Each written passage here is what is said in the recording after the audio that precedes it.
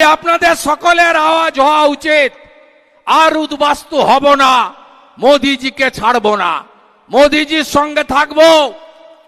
এই নরেন্দ্র মোদিজি তিনি হিন্দুদের এই দুর্দশার কথা জেনে ভেবে 2019 সালে সিএএ এনেছিলেন।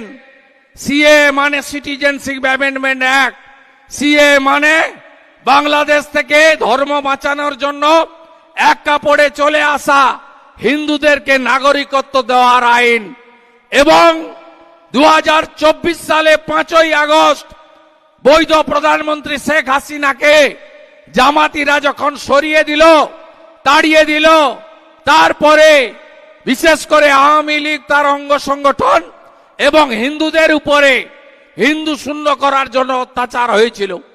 গোটা ভারতবর্ষে কোন রাজ্যের পুলিশ হিন্দু শরণার্থীদের উপর অত্যাচার করেনি, কিন্তু এই রাজ্যে তৃণমূল নামক যে জামাতি সরকার আছে তার পুলিশ বেছে বেছে হিন্দুদেরকে জেলে পুরেছে।